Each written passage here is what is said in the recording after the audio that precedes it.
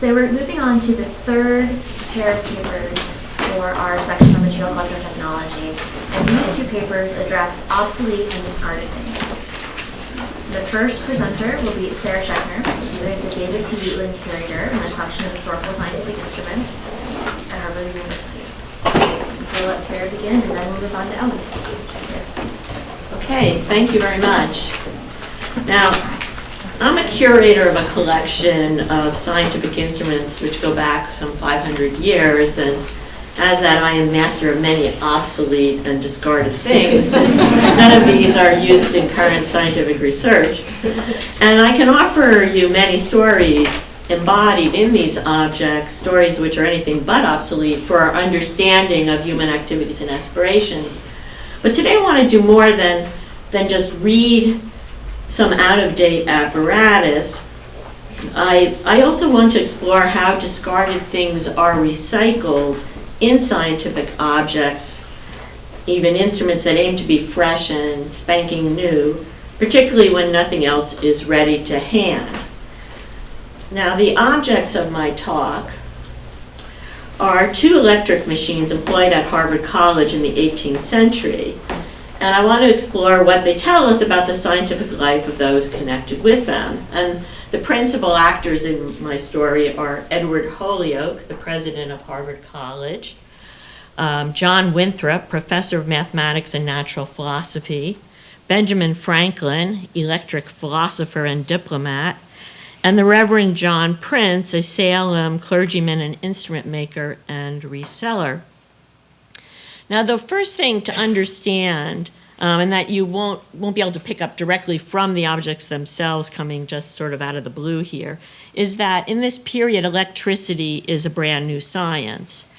And at the start of the 18th century, when Edward Holyoake was a Harvard student, all one needed to do electrical experiments was a lump of amber or sealing wax rubbed by cat fur. In 1706, an experimenter at the Royal Society showed, or actually reminded people, that glass was also a good electric. And he designed a machine to rub glass more efficiently. And it consisted of a glass globe mounted on an axis that could be rotated against the hand of the experimenter. Now, by the time that Holyoake took office in 1737 as Harvard's president, the college had acquired such a machine from London for teaching.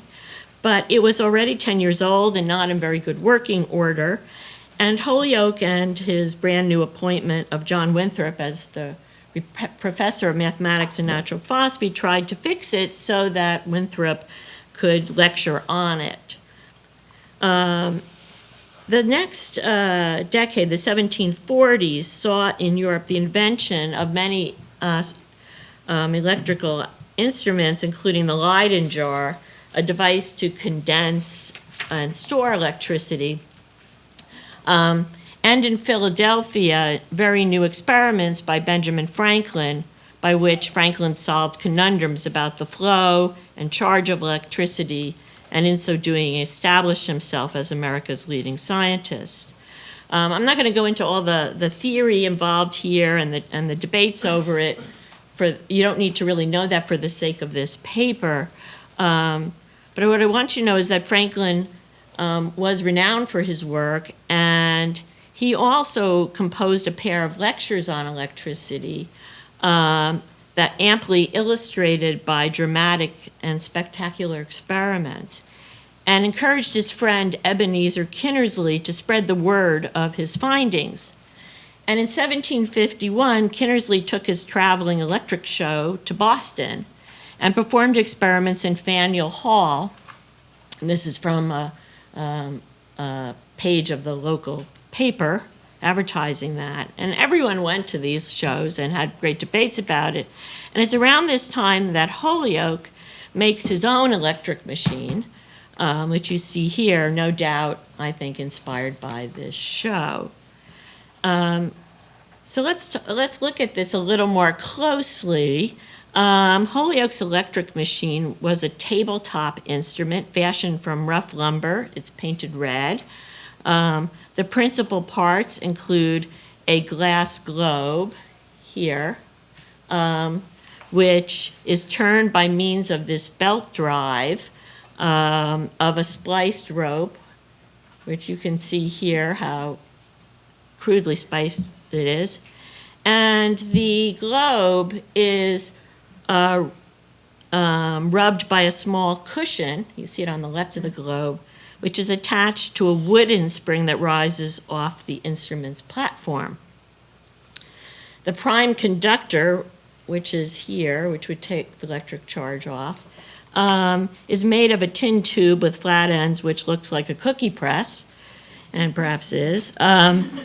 Protruding from the end by the globe here, it's a little hard to see in this picture, you have a metal comb, which was used to draw off the charge from the rubbed globe, according to the current theory of Franklin.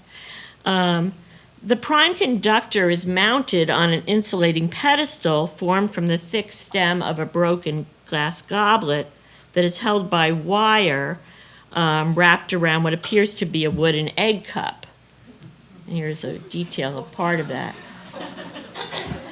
All right, now, despite this machine's crude look, it has all the latest improvements of the electrical science in the 1740s, and none of the things that came on in the 1750s. And so we can guess it was probably made around 1750-51. And it was meant to be state of the art insofar as to do these experiments. Now, who would Holyoake be doing these experiments with? Well, he had a ready companion in his electric investigations with John Winthrop. And in the 1750s, Winthrop was in contact with Benjamin Franklin, who was busy encouraging electric research at Harvard by sending electric globes and bottles from Philadelphia, along with instructions for making various equipment. So they were busy with this, but and all the apparatus was stored in this building on the left here, Harvard Hall. And in 1764, Harvard Hall burned to the ground, and my little animation here, and due to negligence of the colonial legislative body, which is another story. Anyway, Harvard lost everything that was in the building, which was the library, the scientific apparatus, the natural history collections, student dormitory, furniture, and some scientific apparatus and books survived because they were out of the building at the time. But anyway, so they reached out to Benjamin Franklin, or actually Franklin reached out to Harvard and said, "Gosh, that's a terrible thing. How can I help?" And so he was deputized to go spend Harvard's money in London, where he was heading over later in 1764 to meet with the proprietors of the Pennsylvania, the Penn family, and do various diplomatic things about informing the government there that if they kept up this business of taxation without representation, they're pretty soon going to have a rebellion on their hands. But in the meantime, he is visiting all these, his favorite scientific instrument makers, and ordering equipment for Harvard, which begins to come over on various shipments. And here we see one of a pair of very fine electric machines from the London workshop of Benjamin Martin, which came complete with all kinds of accessories, and arrived in Boston in 1766. Now, these machines had the same principal parts as that of Holyoake's, but were much larger and more elegant. Each has a mahogany frame, which was constructed like a fine bedstead, complete with a footboard and headboard fashioned by brass bolts. And here's another kind of recycling, if you will, but borrowing from one trade to make an apparatus for another endeavor, because this is a period where there there aren't these patterns for these things, these kind of machines. And revolutions of the large wheel cause the glass globe, which you see there, and here is a detail of it in the upper right, to rotate and rub against a leather cushion attached to the frame by a brass spring. And the electricity generated from this rubbing was then collected from the globe by means of a brass chain that draped from two brass prime conductors suspended by silk cords from wooden arms extended from the headboard. Now, both of the Martin electric machines survive.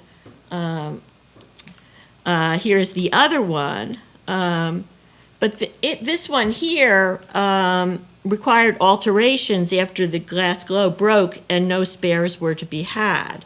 So for this job, the college turned to the Reverend John Prince of Salem in 1788.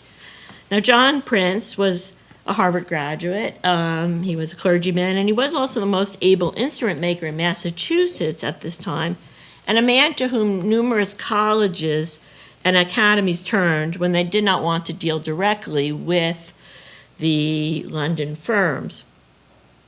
He had his own kind of recycling business of recycling apparatus from one college to an academy and so on as people traded them around. But even Prince's skills are no match for the fine work available in London. And so for starters, Prince has to order the glass from London, and what was sent was not to his specifications. The glass cylinder was an upgrade to the machine because the cylinder was preferable to the globes because they had more surface area rub. But the cylinder that London shipped was too long for the old Harvard frame, and Prince had to fashion a new supporting structure from a piece of discarded furniture. The solid glass rods arrived mostly broken, and those that were intact were too narrow to support the weight of the cylinder and serve as insulating pillars. And Prince had to make do. Now, when conservation scientists x-rayed and chemically analyzed the pillars at my request, some years back, they told me that Prince had bulked up the glass rods with mummy bitumen. And I was like, what? And they said, well, that's what our art materials database calls it when we run the chemical analysis. And I said, well, there's not a lot of mummies around. I said, but isn't that mummy bitumen the same thing as pitch? And they were like, well, yeah. And I said, okay, well, that makes sense because Prince would have chosen pitch for two reasons, most likely because it was considered by the theory of the day an insulator like glass, and because it was in plentiful supply along the Salem waterfront, being used to make boats watertight. The one thing you've got in Salem, you have pitch.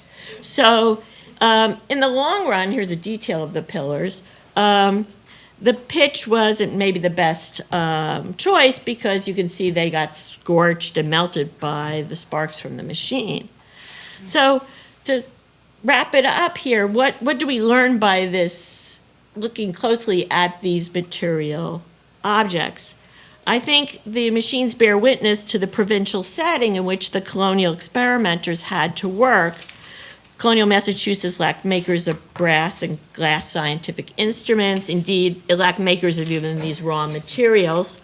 And an order placed in January might not arrive until June, and that would be if everything went, splendidly on time. So therefore, you have Holyoke, Winthrop, Prince, and others. They have to make do in order to stay abreast of current research. And I think the instruments show how they took advantage of ready-to-hand materials and the simple skills locally, often recycling and repurposing household objects when imported parts were just unavailable. Thank you.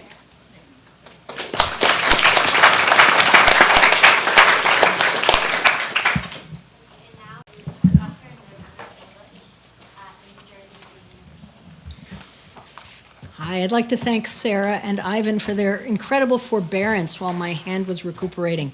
So I did all my typing at the last minute, I'm sorry, and many of you may not have had a chance to look at this. But, okay, so I'm interested here in looking in my charge to look at the obsolete and discarded, at the doubleness of newspapers and clippings that come from them. The information that they carry on the one hand, and the paper and ink that they're printed with on the other. Printed matter is, I guess, becoming more of interest to book historians as material objects, but that hasn't generally been the thrust of how we've looked at them. So I just want to think of these the two sides in this way. Now, and of course, newspapers are printed with ink, and they carry all sorts of material traces in the sense of fonts and design. But I want to set that part of it aside. In the 19th century, especially, newspapers' value seemed to come from its freshness and the up-to-dateness of the text. So the text the text seemed, in a sense, is immaterial in that it could be transformed from one form to another. Here is an example, say, through the exchange system in the 19th century press. Many articles and poems and so forth got recirculated endlessly, sometimes with attribution, sometimes without. Here's a couple of examples of the same poem published in different newspapers that ended up in different scrapbooks. One collected by a Unionist and one by a Confederate. So that kind of recirculation takes advantage, in a sense, of the immateriality of print, the fact that it could appear in many different forms. But in that sense, it's sort of more of interest in its freshness and its newness. Of course, new newspapers as well stack up and are hefty and have to be hauled around and have a whole material life. But when the text in them is obsolete, when that's no longer the top of the stack, when that's no longer today's news, then the materiality of it comes even further to the fore. When it becomes various sorts of waste paper. It's good for wrapping fish, proverbially, and of course also for making all sorts of things, lining boxes, making printers' hats, turning into paper mache, and especially before the 1880s, when most paper starts being made from wood pulp, during the period when paper was made from cotton or linen rags, it of course gets recycled into more newspapers as well, and it becomes valuable as something to resell just for its totally material qualities. So, and yet, obsolete old newspapers had a second life as information and even as history. And I want to turn to the example, the life of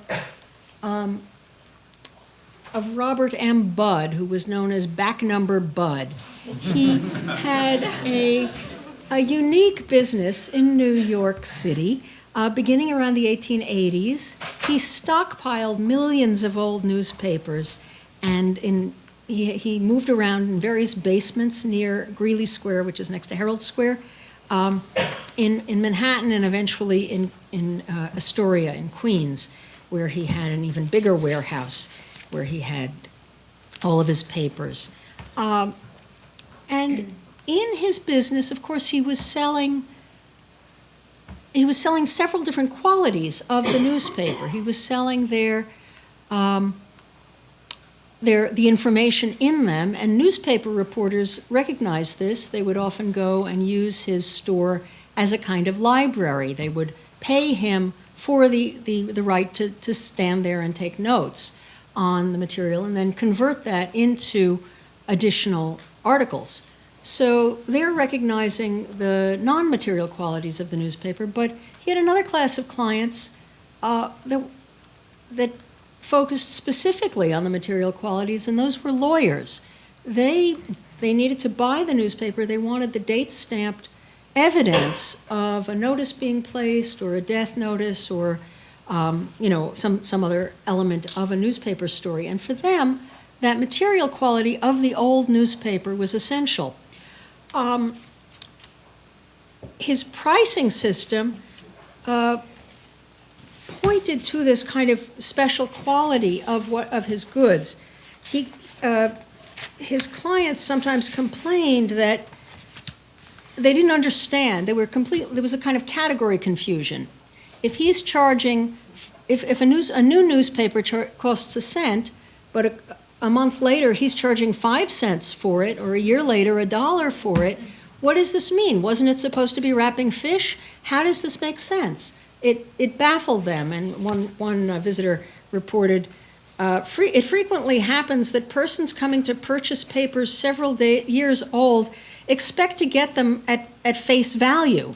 When they learn of the advanced price, it is amusing to hear them threaten to complain to the publisher and write to the editor and to do other dreadful things. But as a general rule, in the end, they end by paying Bud's prices, as they know they cannot procure them elsewhere. So Bud, of course, was selling his storage, the space that he used for storing these millions of papers, and his system for organizing them.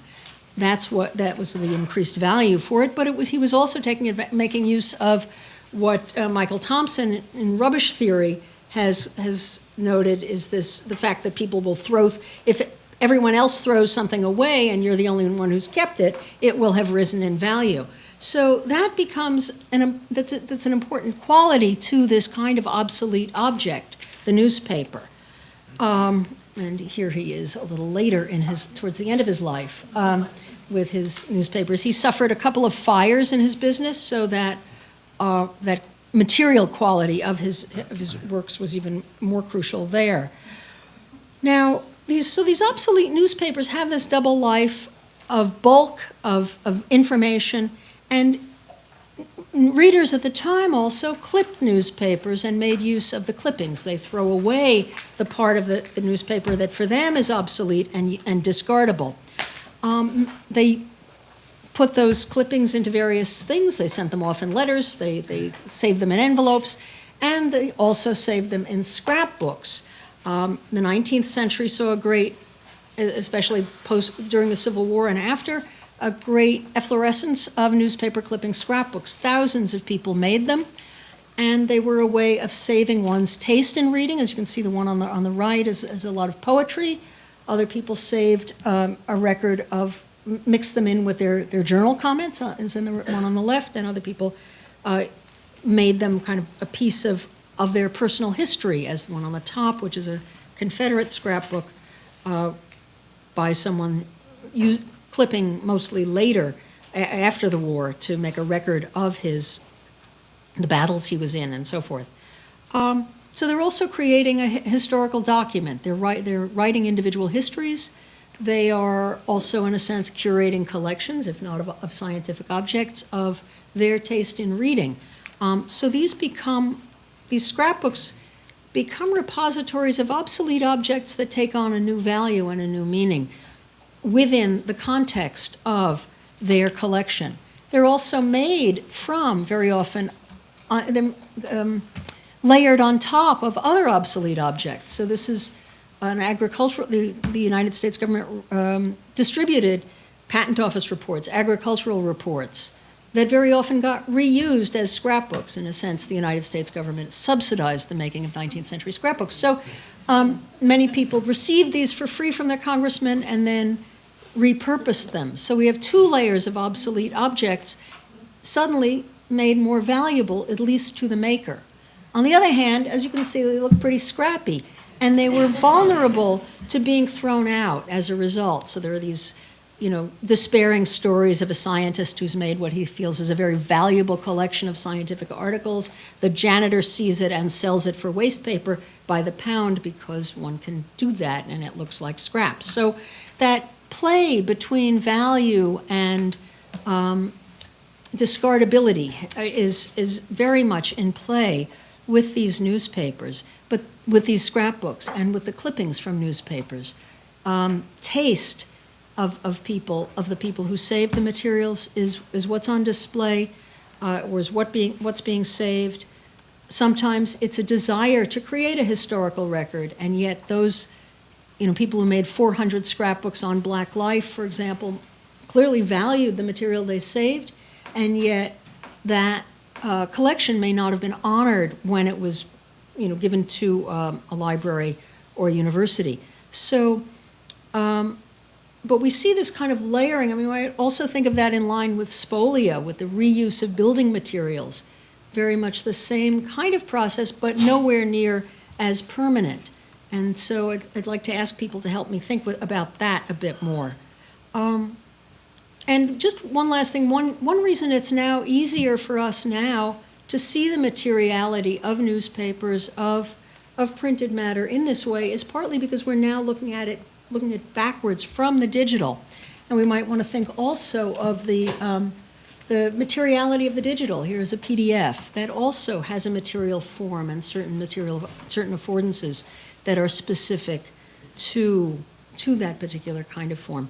And those also become obsolete as our various technologies make them inaccessible.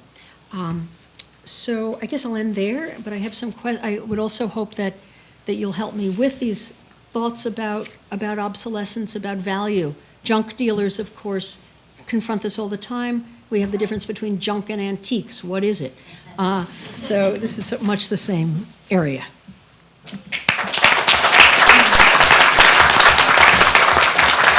Thank you, Ellen. We already have lots of hands, so we start with Thank you. It's both very enjoyable. I couldn't help but think of Thomas Jefferson going through the Bible and cutting out the obsolete miracles and myths and leaving the good stuff. So projecting these cultural construction of what matters and what doesn't. And discarding. Great. And discarding, yeah. It's no longer useful. Mm-hmm. There was a broad practice, perhaps you know of this, in the 18th century in Britain of recycling mummies and using bitumen to make paintings look like old masters. So there would be ample ways in which or avenues for that material to reach here in a fascinating recycling.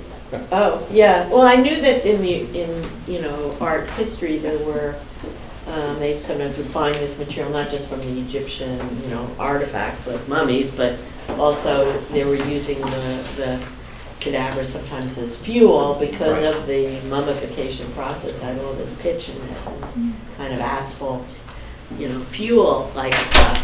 But it was, to me, ironic, that they did all this gas chromatography with taking samples, and it dished out this curve, a scientific curve, and they look it up in their database and they come, oh, definitely, mummy bitumen. And they started telling, well, there would be mummies around in here for they came up with this whole, rationale, that the colonial Massachusetts was burning mummies as fuel, and I was like, I don't think so. But it gives your story a wonderful, the ancient Egyptians felt they were entering eternity. Yeah. They're then recycled to make British paintings look ageless, timeless, and to make enable inventors to make new things. So the ironies are rich. Yeah. Yeah, thank you. I really enjoyed those papers, and I've got a question for each of you actually, and I'm not sure whether they actually relate to each other, but anyway. So for Eleanor, I'm interested in newspapers in colonial contexts in the 19th century, where I guess we see the press taking off in the 1830s and the 1840s. And so in some ways your presentation was very much about the obsolescence, after the publication of the newspaper, what happens really to the newspaper. But what if we think about the sort of publication of these newspapers not only as an indicator of freshness, but also in turn as sort of obsolescence really, because in colonial context sometimes one could have, say, public announcement sheets, other forms of print, perhaps which are not to do with the newspaper, going before the newspaper. And then the newspaper, when it comes out, is actually not fresh at all. It's actually recording something that is a few weeks old. And so there's a sort of layering of obsolescence already in the newspaper, which is about something prior, really. So I wondered, in a sense, whether that is a very colonial sort of story, or whether, in fact, it resonates with your context as well, and whether there's, again, another layer one could do before the newspaper that goes into the newspaper. And then for Sarah, I was wondering about the technicians with the machines. partly because I guess the literature on scientific instrumentation about the disappearance of the technician, the people who work, I mean, how these machines were worked, were they worked with technicians or were there other people using, in a sense, so with the literature on, that I know from say, British historiography, these historians of science have been really interested in looking at the people who worked the machines and their skills in turn disappeared out of the story with the creation of the experiment as displayed. So do they fit into the story at all or not? No, in this case, the makers are those people that and they're not using any other technicians? Or probably not, no, I don't think, I mean, Holyoake had, he was very much interested in science, he had a number of microscope, telescopes, he had some, very, and was very hands-on on many levels, and he may have, whether he had some, it certainly doesn't look to me like he, used a yard keeper or somebody at the college to help make that thing. Though I can't say for sure. I mean, these were a very small community. And John Winthrop also, he would have been the operator of both those machines. And he talks about it, and so there isn't it's not like he's just lecturing and then someone else is operating and maintaining. He's very much doing it himself. But that has to do with the very small scale structure of this, the narrowness of the provinces, if you will. And does the human body then, in a sense, is a part of the machine, of the system? Yes, it would be, in particularly with electrical apparatus, where the person is often grounding the machine by holding, and is being employed as just evidence the technician side of what the professor is doing. I mean, in 1768, a building in Harvard Yard is struck by lightning, and so John Winthrop, who has been lecturing on these, the advantages of lightning rods, gets tasked with being the guy to go up on the roof and install lightning rods on the Harvard buildings. So it's very much him in these cases. But they are part of their tacit knowledge of using them is certainly part of it. Their understanding of how to manipulate the machines and or working with students and doing it are all part of the story. I just want to jump in on the question that you asked earlier, that I think you do have this layering, even in New York, in a context away from a colonial situation, that is, news travels faster.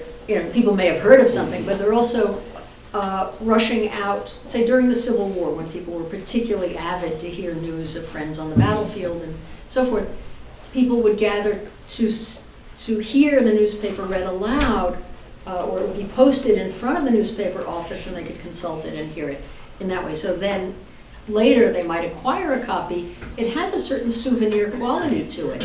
They're also saving a copy of how they read it. So that's a piece of it. You might, certainly that now we're very familiar with that. Certainly the news cycle is way ahead of any paper production of it, but I think we do see that earlier. So were you saying that because the newspaper wouldn't arrive from London, for example, for 2 weeks? I'm thinking more locally produced newspapers, really, that they would be which are kind of very Kulina state dominated often, and censored and so forth. But then there'd be, say, an announcement sheet somewhere about some rule or regulation or whatever, that would then be in the newspaper, or even travel reports and things like this, and travelers reporting things. These things would certainly earlier in other formats. I think Tom, in do you want to 18 jump in on just this point, and then we'll go to John? Right on that, it seems. Published up to a month later in the newspapers, even the local. I think though you're in a period though, 20 years earlier, there may be some nostalgia for that moment a bit earlier, but during the Civil War, there's actually sort of a crisis between the public information and the private. Oliver Wendell Holmes complains they put a body on my front step because he's able to see the images. in the illustrated magazines. So that invasion of the domestic sphere by information that had been public sphere prior, that's all sped up between the 1860s and your period after rotary press. So you may be in some sort of nostalgic echo of what you just brought up there. The whole idea, and you're really kind of looking at the 80s, right? No, I'm going The whole suite. Yeah, Civil there's something War, happens yeah. between rotary press in the 1830s and your friend who was stockpiling Right. the newspapers, which seems like, that's wonderfully pathological behavior. It's his business. Which is like the antiquarians I study.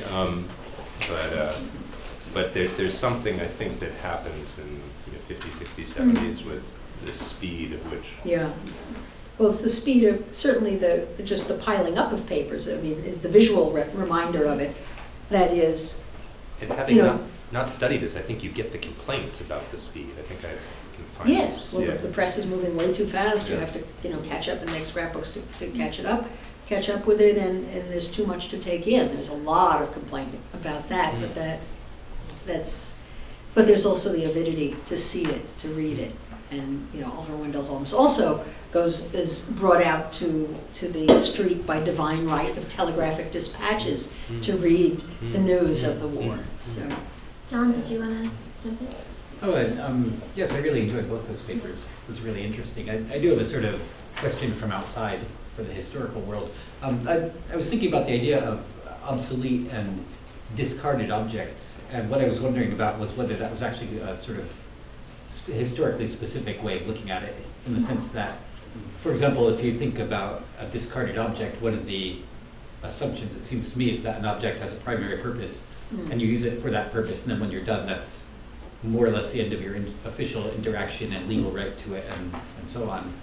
And likewise, I wonder if the idea of an obsolete object implies a kind of progress narrative, and I think both of those work very well in the kinds of things you're working on. But if you look at sort of ethnogarbology and how people in other societies deal with things that they're not using at the moment, they very often don't have a sudden moment of termination, and materials have very long use lives, and they get continually reframed, and sort of one quality is of interest in this stage and another. And at that point I was reminded of the fact that there are some of these pre-Socratic Greek philosophers and poets whose works we know primarily from little bits that were found as mummy wrappings. And effectively we've decided that they go back and forth between being information and material substance. Right, the papyrology. So in that sense, I was sort of wondering about the localness or generalizable of the ideas about obsolete objects and discarded. And Dan, do you want to jump in on just this point? Well, I'm just curious about ethnogarbology, because I'm quite interested in garbage. I'm quite interested in this. Well, in particular, because I worked on compulsive hoarding, so this issue. First of all, why is it that many people find it really difficult to throw things away? It actually doesn't come easily, which I think is your point, John. The other point that's really, really struck me is how print often is the hardest thing to throw away. It's newspaper that often forms the largest part of hoards. And of course, it's the oldest hoard. I mean, if you think about the Karaganitsa, or someone told me that the earliest, a compulsive hoard is an uncurated collection. That's important to say that. But the first uncurated collection that I've heard about is actually from the 16th century, and it consisted of books. Just masses of piles of books that were not organized. Huh. Well, there might be something about, human emotion attached. I mean, that may be this part of the reason for not wanting to give up these things. Is there's some aspect of defining oneself through some emotional connection to these fragments, as much as the potential future use. I mean, I think of the term obsolete or discarded, I think, discarded is an act of setting aside that you don't have a use now. You might in the future, but it's discarded for its intentional purpose, original purpose.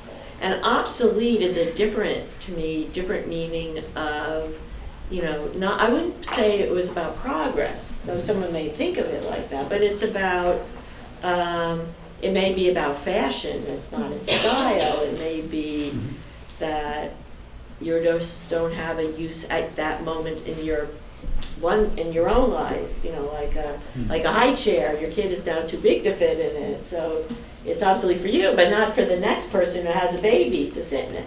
So I think of those as two different things, but not necessarily connected to a progress, but to a human connection of interpretation of those, and at a particular time and place. I think Laurel wants to jump in on that point. Well, Unless, maybe not connected to progress, but to change. To change, yeah. So it seemed like one of the driving forces was not just the Americans didn't have the equipment to put it together in your first example, but as you pointed out in Martin's, he's reusing known technologies to make something new. So I'm curious about the first electrical machines after the cat.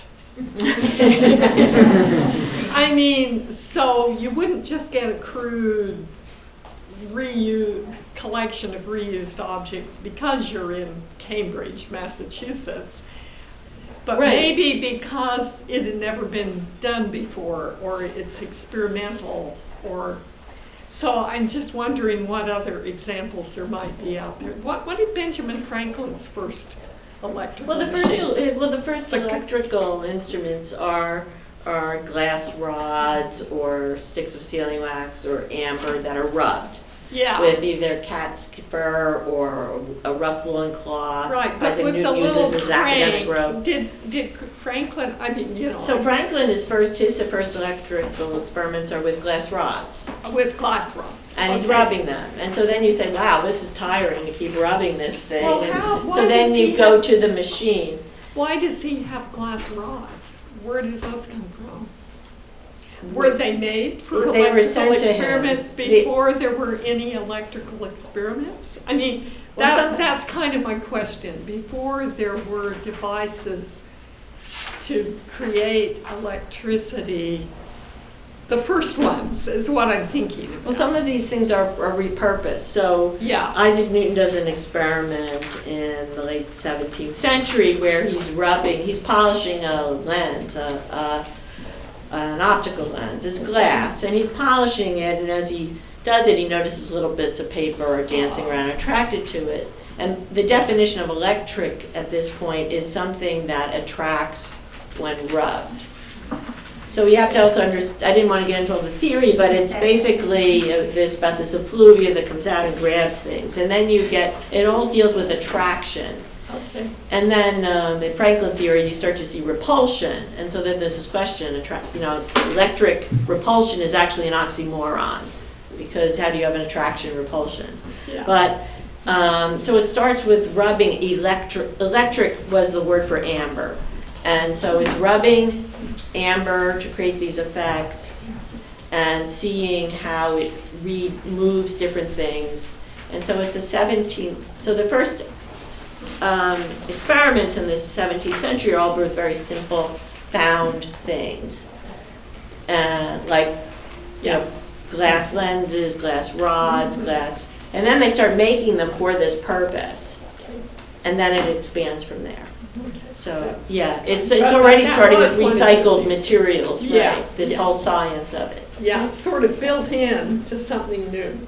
Right. I think we have time for one more I want to quick respond question. to David, though. I'm sorry, Ellen, please. About the hoards, those unsorted, the hoarders. I mean, we have a difference between the kind of middens of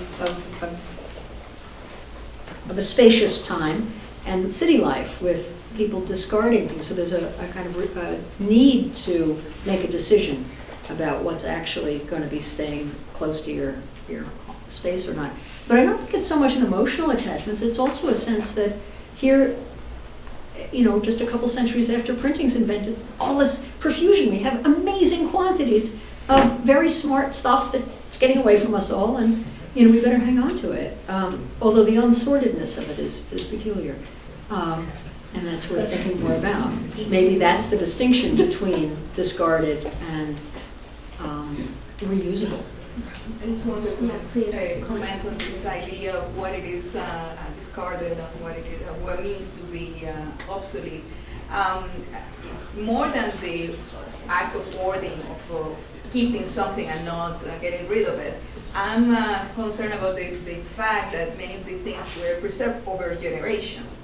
So it seems to me that it's more a change of in the perception of the value of the things from generation to generation. I wonder, for example, in the case of the scientific instrument, were they preserved, some of them preserved because of that kind of link with Benjamin Franklin and the kind of cult of the person, or were or there were other kind of values perceived on those particular objects that allowed them to be preserved, that survive until today?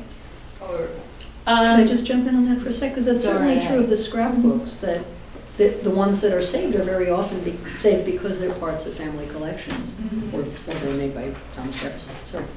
Right. It's yes and yes, basically. Yes, some things are preserved because of their provenance or connection to someone who is respected, beloved, whatever. It could be a family member. I mean, the Holyoke machine comes down in the family of the Holyokes and only entered our museum in the mid-20th century, along with other instruments of the family.